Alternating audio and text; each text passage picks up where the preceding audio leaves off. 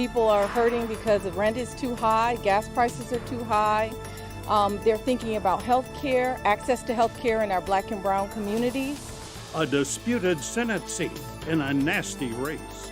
Making sure that people can afford their place to live, that they can afford property insurance. We hear across the board, affordability is the #1 issue here in Broward County and across the state. The Senate Democratic leader fighting to keep her seat. Barbara Sharief caught defrauding taxpayers. Lauren Book lacks fiscal responsibility. You paid for her extravagant lifestyle. The airwaves full of attack ads. Which ones are true? The two Democrats face off in a live debate.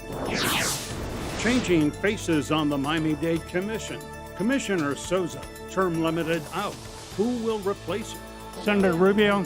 The big political stories of the week on This Week in South Florida. Good morning. Glad you could join us. I'm Michael Putney. Glenna has the day off. Politics and more politics. That's what we've got for you this morning. A debate between the candidates and the hottest race going in Broward County. And also we'll have the candidates for a county commission race in Miami-Dade. Plus the return of my personal perspective with some thoughts about why Senator Marco Rubio won't talk to me.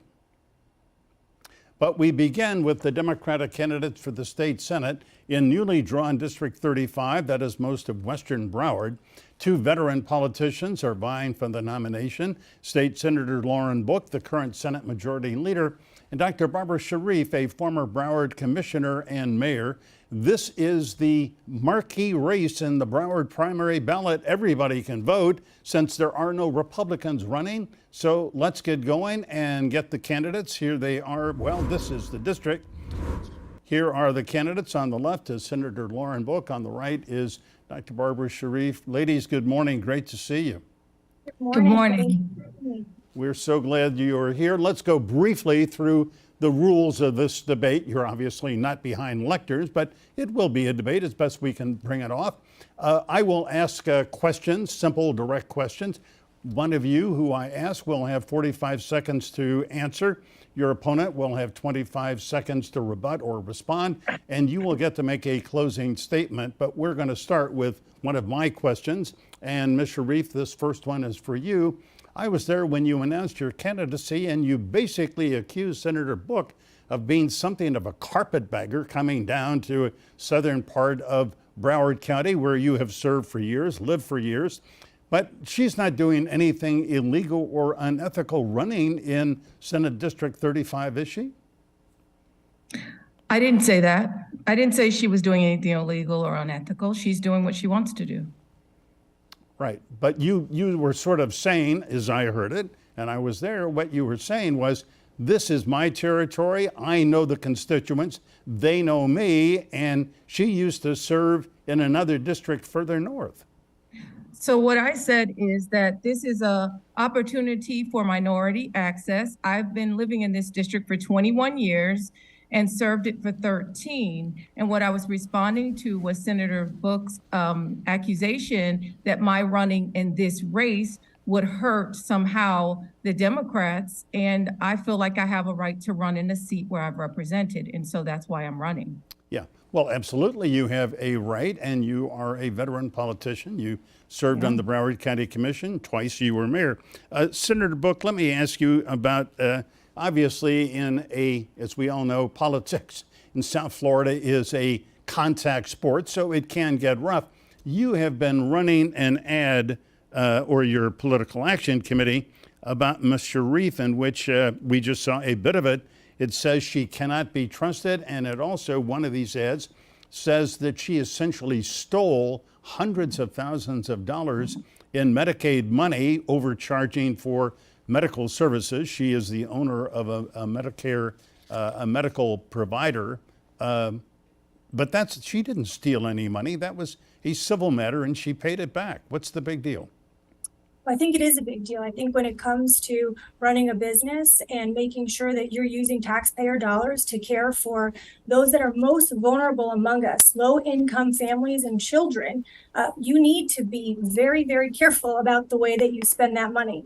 And she overbilled Medicaid. Let's be very, very clear. She had to pay hundreds of thousands of dollars to pay back the overbilling that she did. That is very clear. That's a fact. We know that to be true. And again, you're using taxpayer dollars. I believe that to be true fiscal irresponsibility. Yeah. Dr. Sharief, I want to give you more than 20 seconds. This is an important issue. Respond to the fact that you did have to pay back Medicare several $100,000 for overbilling. So first of all, there was no overbilling. Everything I billed for, I worked. Secondly, Lauren is desperately lying because she's losing in the polls, and that's why I sued her. I've run and been elected 3 times since this issue ever came up, and twice my opponents have brought this issue up and litigated it through the public without a platform. Lauren has never been elected by the community. And as a matter of fact, the other day, when I served her with the lawsuit for lying at 7:30 a.m., she was in a home that is not in the District 35.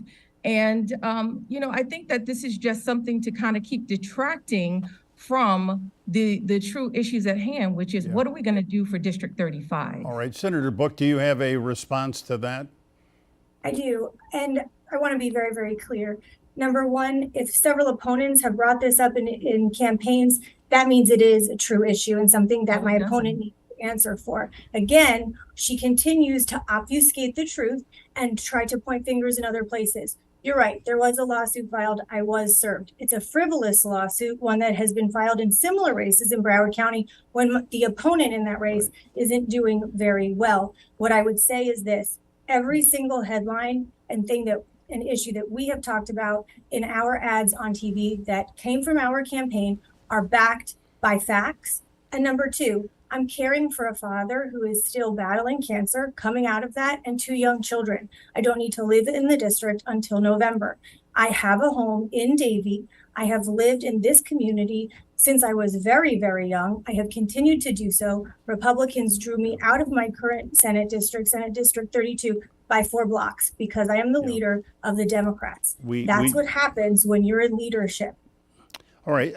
Ms. Sharief, I need to ask you about one more of these nasty ads that have been running. Either you or your Political Action Committee ran an ad that had footage from Miss Book's wedding a number of years ago. It was apparently a very lavish, beautiful wedding and very expensive. And you sort of were deriding her wedding. I mean, how is, her wedding and whatever it cost, how is that relevant in this campaign? Absolutely, because since Lauren has taken office as a senator, she has received over $10 million in taxpayer funds to live off of and to fund her private charity. And I feel like if you're going to go around flaunting $1 million weddings and flaunting how much money that you have, maybe you're just out of touch with what this district is all about, which is working class families. And so she put that out there. That's nothing that's made up. It's the truth. Everything that we've produced is the truth. Broward County schools and the schools throughout this state of Florida were decreased by $70 million this year in the budget. And her private charity, which she votes on, which I feel is a conflict of interest, is getting funded at $2 million consistently. I have a problem with that, and I'm sure that most of us who live in this district who pay our taxes have a problem with that too. Yeah, Senator Book, why don't you respond here first about the cost of your wedding and why that may be an issue in the campaign, also about your role as the head of Lauren's Kids, which helps prevent abuse of children, sexual abuse. You, in fact, as you often have said, were yourself a victim of sexual abuse as a child. So 2-part answer here for a 2-part question. Number one, no part of my salary goes from state dollars goes to my salary. No part of it. No part of my husband's salary. He does not make a salary from the foundation. My foundation is a pass-through to protect children in our schools throughout the state of Florida. Let's be very, very clear about one thing. I have turned a horrific, painful, terrible experience from my childhood into something positive. We know that 1 in 3 girls and 1 in 5 boys will become the victim of child sexual abuse before their 18th birthday. As children are set to start school this week, next week on Tuesday, 26,000 young girls and 21,000 young boys will become the victim during this year alone of students that are in the public school systems right now. Those children deserve to be safe. We know that the curriculum that we provide shows 77% gain in personal safety and knowledge for children. Number two, as it relates to my wedding, has nothing to do with anything related to my salary, Lauren's kids, or my public service. I think you want to talk about my salary. My opponent has pulled a salary that is completely not true. Again, stated that my spouse makes the salary from the foundation, not true. You want to talk about salaries? My opponent on her financial disclosure made $7.2 million last year from an agency that she overbilled and had to pay hundreds of thousands. Okay, Senator, hold on. That would be, and Michael, if I could just be very, very clear. Forgive me, but hold on, Ms. Sharief. $103,000 a week. Yeah, I'm in sorry. 2 weeks, she Hold makes on. more than I make in an Lauren, entire year. I'm going to call a timeout here. I need to let Barbara Sharief respond to that accusation. Barbara? So first of all, I made my money the honest way by working and building a business from the ground up with my mother, which I've worked for over 22 years. And no, ma'am, Mrs. Book, my salary does not come from overbilling Medicaid. I have over 350 healthcare workers that go out and provide service to those in need in our community. I am actually pretty sick of her disparaging my healthcare record and my 30 years in healthcare practice. Unfortunately, she doesn't understand if you have a healthcare license, you cannot commit a crime. You won't have a license. I'm 30 years in practice and I'm still practicing now. And my rebut to that asinine statement is that my father was a victim of gun violence. I lost my father at the age of 14, but she decided to send this mailer out and Photoshop my picture on it to say that I like guns and I like bringing people with guns here. So what's so horrific about referring to her salary where she's living off the taxpayers' dollars and voting for it? I just don't see a problem with it. Yeah, Senator Book, that flyer that Ms. Sharief held up does make accusations about Ms. Sharief and her support or defense of guns. And in fact, she's been a rather, strident, outspoken opponent of guns in the hands of criminals and mental defectives. So again, that is not a piece of mail that my campaign has put out. When you're an effective leader in Tallahassee, lots of people want to make sure that you stay in Tallahassee. If you look at that piece of mail, there is a person and an entity that is responsible for that mail. Again, not my piece of mail. And again, I would suggest that it's the policy piece on that piece of mail that my opponent should have to answer for. Why would we want the maker of a Kalashnikov Russian-style weapon to Broward County? Why not pull it off of a consent agenda? Why not stop the manufacturer from coming to Broward County? As the state senator who represented Coral Springs during the Senator, MSC we're going to take a break. We'll let Ms. Sharief answer. I think she's going to say all the commissioners voted to welcome and give some incentives to that manufacturer because it created jobs. But we'll let Ms. Sharief say that. So stay with us. We'll be right back. Okay.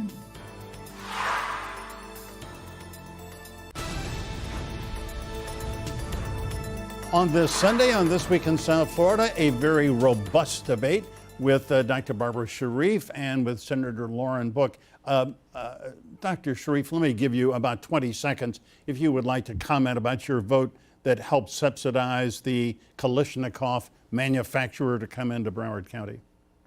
Great. So first of all, Rick Scott as governor had an agenda to bring down U.S. manufacturers who served the United States military that year. Kalashnikov USA was not the only manufacturer that was brought down here to create jobs. However, the weapons that are manufactured there are for our United States military, not for public consumption, like Ms. Book has alleged. And therefore, I want to make it very clear.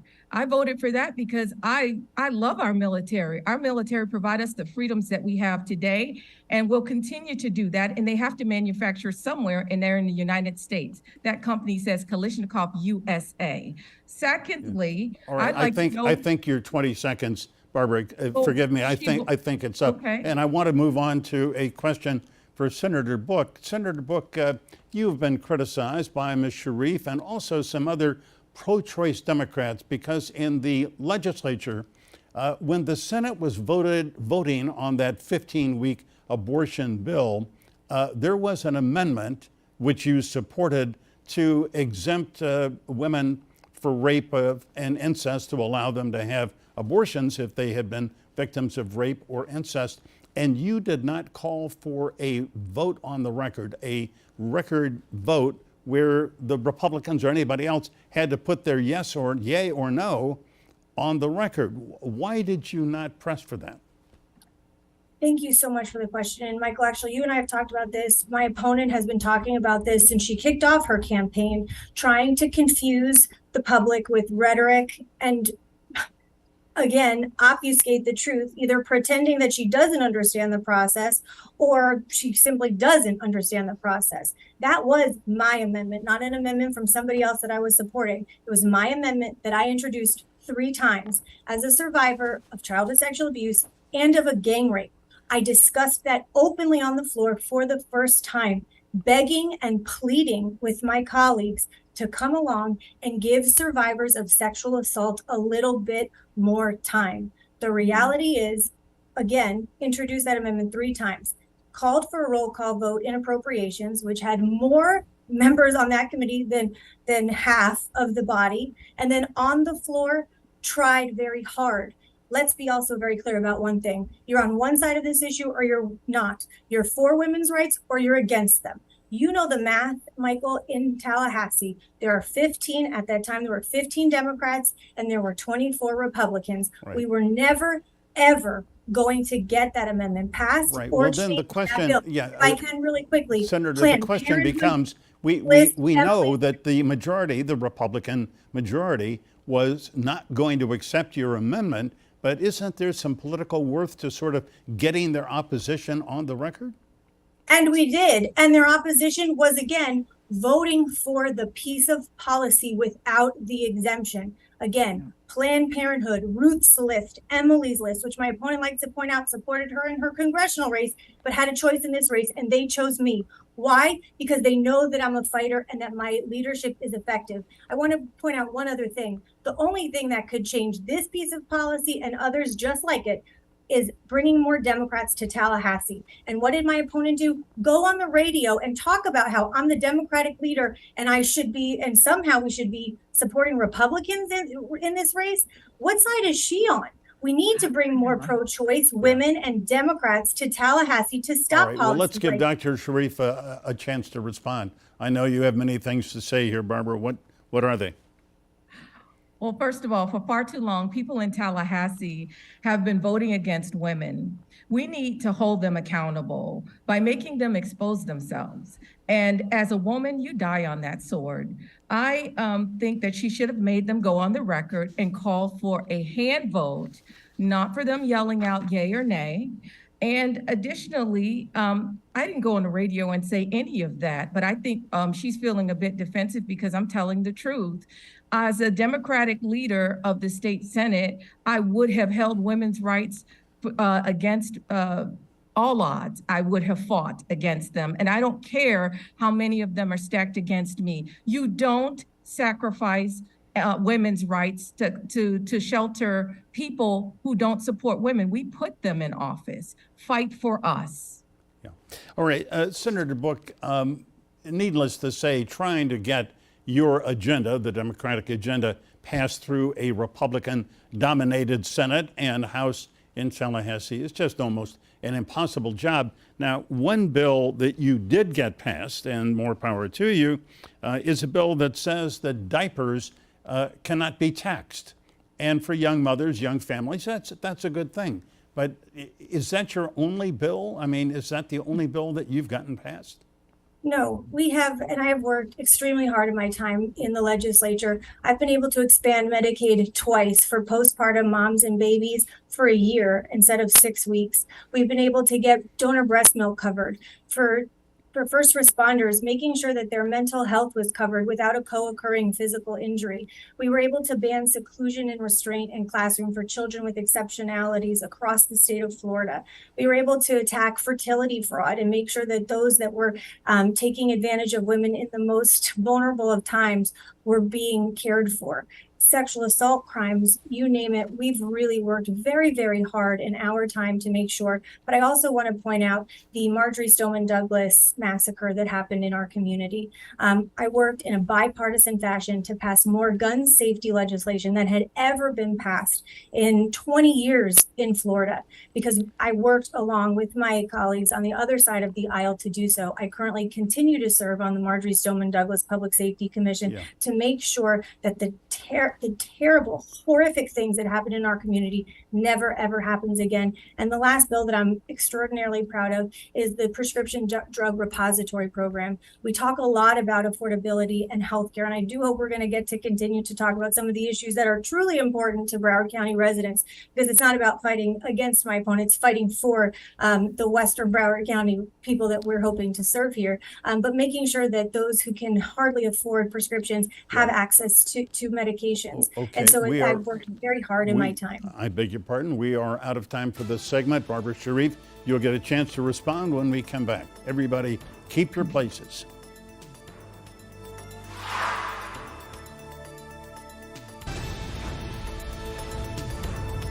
We are in the midst of a very lively debate between Dr. Barbara Sharief and Senator Lauren Book, candidates, Democratic candidates in the 35th State Senate District, which includes most of Western Broward County. And let me just point out, any voter, registered voter in this district can vote August 23rd because there is no Republican. So the independents, Republicans, you can vote here too.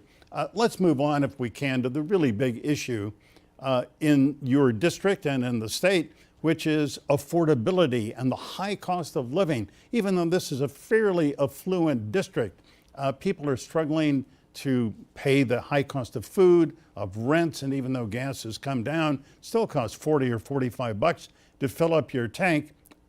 Senator Book, what are you going to do specifically to address the whole issue of affordability? You're right, Michael. This is an issue that cuts across all the areas. One of the things that we have done already is we passed House Bill 7103 3 years ago, which allowed local governments to provide density bonuses for developers to develop affordable housing units. At the end of the day, this is a supply and demand issue in terms of affordability on homes. Salaries are just not keeping up with the cost of living on day-to-day life. And so local governments had the ability to build affordable housing units across the board in Broward County, and yet none have been developed in over 12 years. The political will was not done. We've continued to work for some of those short-term gains, like the diaper tax exemption, fighting to make sure that the gas tax exemption was given now and not in November when the governor wanted it, making sure that we don't sweep Sadowski. We have a plan as a caucus to go back to Tallahassee to make sure that we address the affordability issue head on. All right, and Barbara Sharief, I want to give you equal time here because this is, as you well know, the huge issue in your race, in your neighborhood, is affordability. What would you do as a state senator to address it and make it better? So can I answer the last question we ended on, because I didn't get an opportunity to answer my accomplishments. As mayor of Broward County and been in elected office for twice as long as my opponent, 13 years. I have tackled many issues, serving on the 16 County Coalition for Water Resources, making sure that we have clean water and secure water, and to try to replace the aging infrastructure in Broward County. Additionally, spearheaded the transportation surtax to make sure that we rebuild our aging infrastructure, because the state has failed to help the counties and the cities keep up with this. Secondly, I have helped with healthcare, homelessness, as well as joined forces with Feeding South Florida to get food in the homes of families who are in need. All right, Barbara Sharief, I beg your pardon. We are almost out of time. I'm going to say that was your closing statement. So the I'm affordable sorry. housing question. So Senator Book, if you would briefly make a closing statement. Absolutely. And thank you so much for the time today, Michael. It has been the honor of a lifetime to serve Senate District 32 in the last 6 years in the Florida legislature. And I hope to earn the trust, respect, and the hope of And I can sign on the again. voters in Senate District 35. These are very tough times, and we need tough leaders who aren't going to raise bus fares, those who can afford it the least, leaders who are going to go out and fight for their special interests. The special interests in my community are Sandy, who owns Vibing Hair Salon in Miramar, who couldn't get people to pay attention to her issues on her property insurance. All right, I beg your pardon. We are out of time. I want to thank you both for a really good debate. So good luck in the campaign. Thanks, guys. All right, still to come, another candidate for the Miami-Dade County Commission in District 8 will be speaking with us next.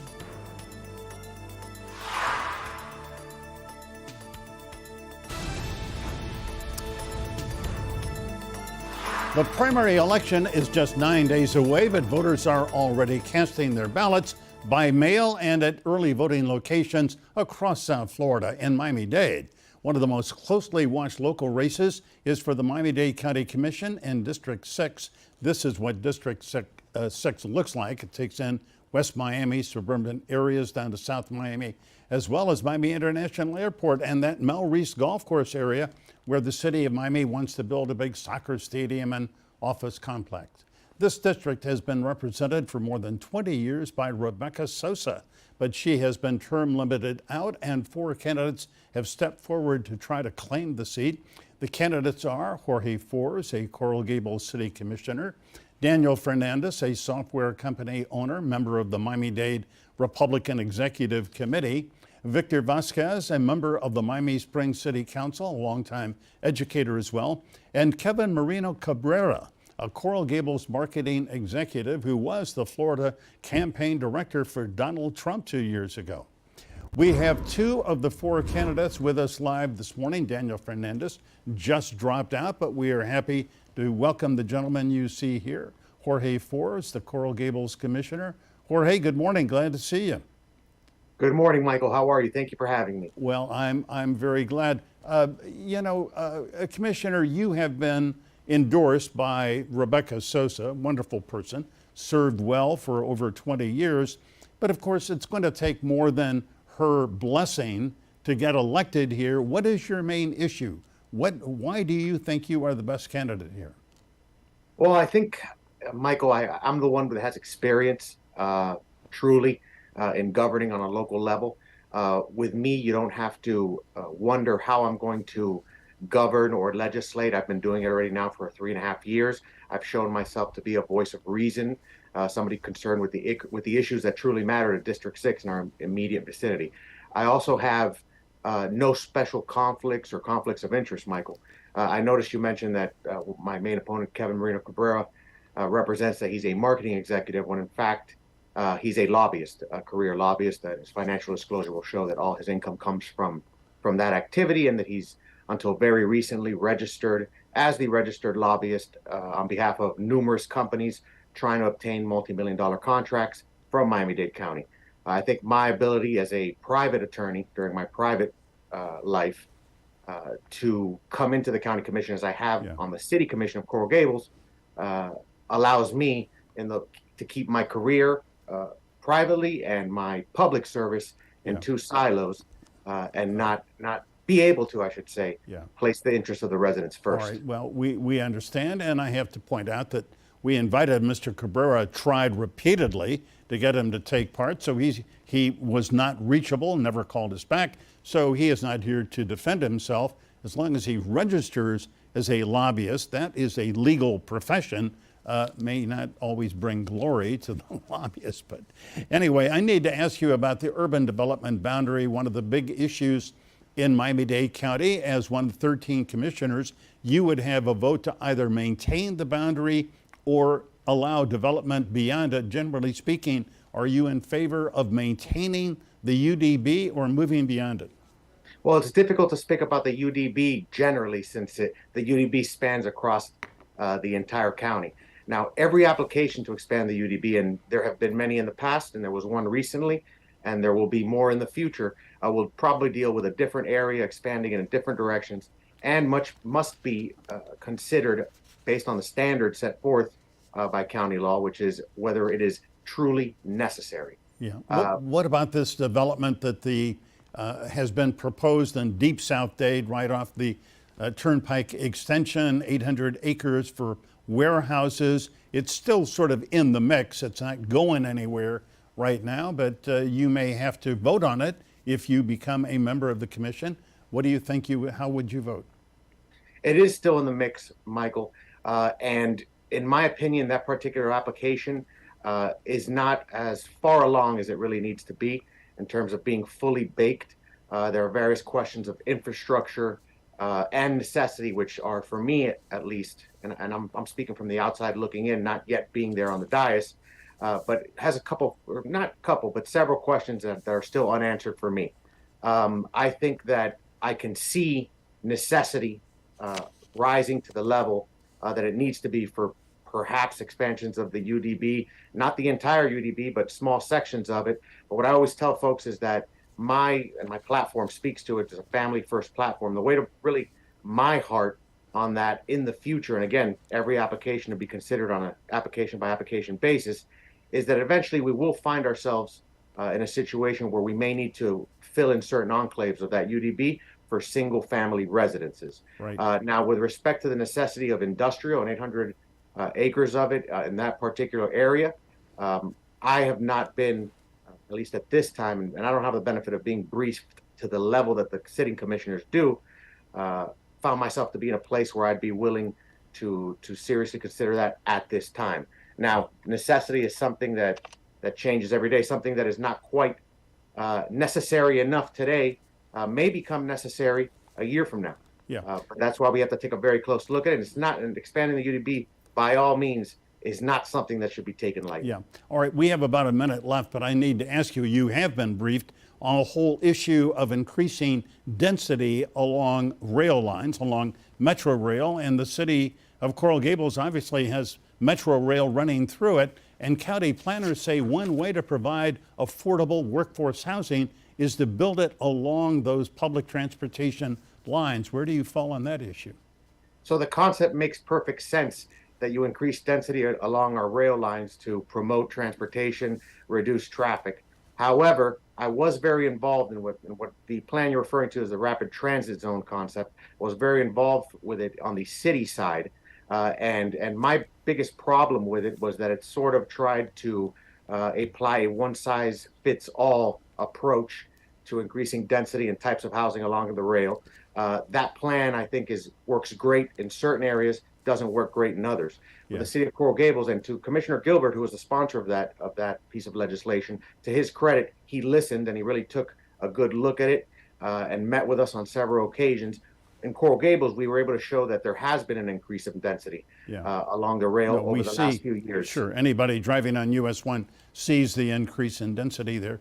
Jorge Flores, great to be able to speak with you, and we are glad to take a look at a important Miami-Dade County Commission race, and good luck. Thank you very much. All right, up next, another candidate in the same race for Miami-Dade Commission in District 6, Victor Vasquez.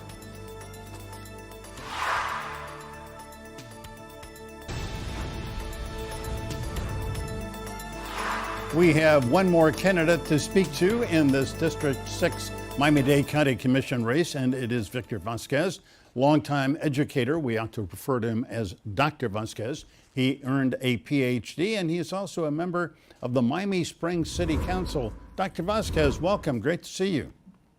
Great to see you too, Michael. All right. Well, let's begin with what is your major issue? Why are you running in this race? What do you bring to it that the other candidates do not? Well, I bring a combination of major issues. So affordable housing, economic development, and rail transportation. My past history in higher education has been with workforce development, economic development, working in private government partnerships in developing communities and building housing and getting all the stakeholders together. And I've done that as well with my position as a city councilman in Miami Springs. Yeah, Dr. Vasquez, Mayor Daniela Levine Cava has put forth a really ambitious program with roughly, I think, 14,000 affordable homes are supposed to come online in the next year in Miami-Dade County. Clearly, that is something then that you support. Absolutely, and I think it's a good beginning, Michael. I like to look at things more comprehensively. I think that we need to look at affordability of housing countywide, but I think the mayor has made an important step. The idea of bringing together the usage of this land and bringing together educational employees to live in those neighborhoods, I think it's a good start. But I think we need to have a more robust and larger planning effort that brings all the stakeholders to look at all the affordability issues that we have in the county. Right. What about higher density along transportation lines, like along Metro? You just heard me speaking to Jorge Forz. The city of Coral Gables has been a little reluctant to, embrace that idea. Where do you stand on it? Well, I think, first of all, I like the idea. I'm a transportation guy. I grew up riding subways in New York City to work and to school. So I understand the importance of it. And I understand how difficult it was to me to get to Miami-Dade College in the morning without good transportation. I had to use my car, which I really didn't want to do. But I think that the idea of density is the correct idea, but it has to be locally applied. I think there are more places down in the southern part of the district, in the southern part of the county where this is more feasible. But I think having that kind of density makes a lot of sense, and I support it. It doesn't work for Miami Springs because we don't have the room for that.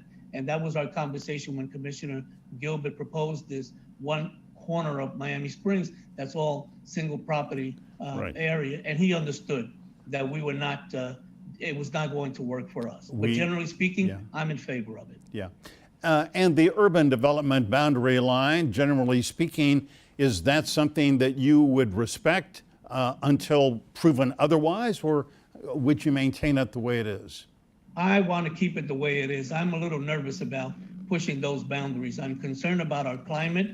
I'm concerned about some other issues. I know that there are arguments for, well, what about this project or that project? And I think that that could be a slippery slope. I think that when it was established, there was a lot of thinking went into that, and I think we ought to hold to that. Now, what happens in the future? I think we need to protect the Everglades and so forth. So I'm really hesitant to consider expanding that, even on a case-by-case basis. Yeah. Well, one of the criticisms of that proposed warehouse district in Deep South Dade is that it would interfere with efforts to clean up Biscayne Bay, and Biscayne Bay has been a top priority for so many of us. My colleague Louis Aguirre reports on it every week about the Bay, and to her credit, Mayor Levine Cava has put a czar for Biscayne Bay renewal. Where do you stand on that? Precisely. I think that the development that interferes with cleaning up the bay, it's an absolutely no-brainer for me, and I agree with that. Now, those are the concerns that I have, because so oftentimes we do things here to try to resolve one situation, and we don't look at the impact across the board. Right. And that's the problem that we have here with this issue, with this particular project. Yeah, Dr. Vasquez, one last question here. As you know, voters across the state voted, I guess 2 years ago, to say that Miami-Dade County has to have a sheriff in 2024. As a member of the commission, if you're elected, you're going to get a chance to sort of narrow the sheriff's responsibilities, because currently the sheriff is the Miami-Dade Police Department director, reports directly to the mayor, and the system seems to work pretty well, doesn't it? Yes, it does. But we're in a very interesting transformative time here in the county. Since 2020 to 2024, the commission is going to change its composition. Yep. And in the meantime, we also elected a woman mayor. So a sheriff coming on in 2 years is going to be quite a challenge and quite an interesting thing to do. I'm going to be looking for is how the past practice has been. What does the state actually require that the sheriff do? There are some written things. And then how does that apply to us? And how do we balance the policing and the budgetary responsibilities of the county? All right, Dr. Victor Vasquez, great to speak with you. Good luck with your campaign. See what happens August 23rd. Thank you, sir. And we'll be right back.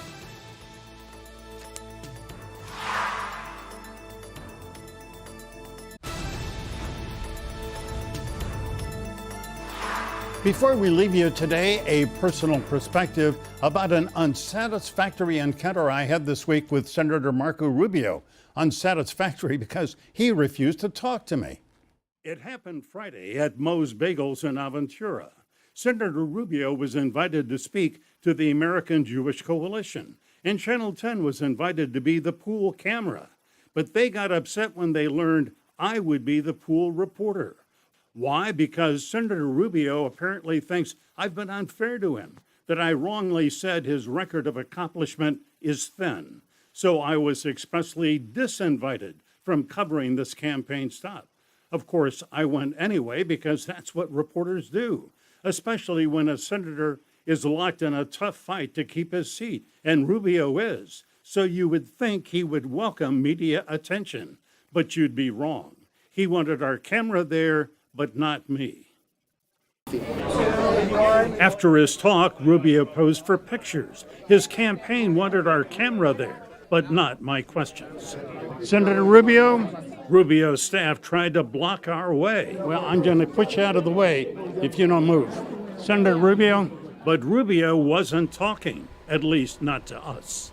Well, there goes Senator Rubio without answering any questions that I have. Position in South Florida. But Rubio appears frequently on Fox, where he gets softball questions. So Senator Rubio obviously likes to go on Fox because they handle him with kid gloves, throw him all those softball questions. Glenna and I would ask tough but fair questions, courteously. We have invited Senator Rubio to be a guest on our program every week for 2 years. He can never find the time. Go figure. For the record, I do want to say Senator Rubio has done some things I admire. He is an unwavering supporter of Israel. Good for him. He persuaded a knucklehead senator from Oklahoma to stop holding up money for Everglades restoration. Good. He has sponsored a bill that prevents products made by slave labor in China from being imported into the U.S. Excellent. But he's also prone to right-wing ideological cant and popping off right after the FBI raid at Mar-a-Lago, for example. Rubio said it was an excuse and a pretext to look for damaging evidence about January 6th. He compared it to something that Daniel Ortega would do in Nicaragua, and he questioned the credentials of the well-respected judge who signed the search warrant. He said he wasn't a real judge. That is all preposterous, really silly, even dangerous. But Senator, if you would come on our show, you could tell us and our great audience why you said those things. Come on, make your best case for re-election. And if you want, come on and tell me where to stick it. Go right ahead. I can take it. You got a problem with me? Tell me to my face. That's my perspective for this week. Love to hear yours. We'll be back in a minute.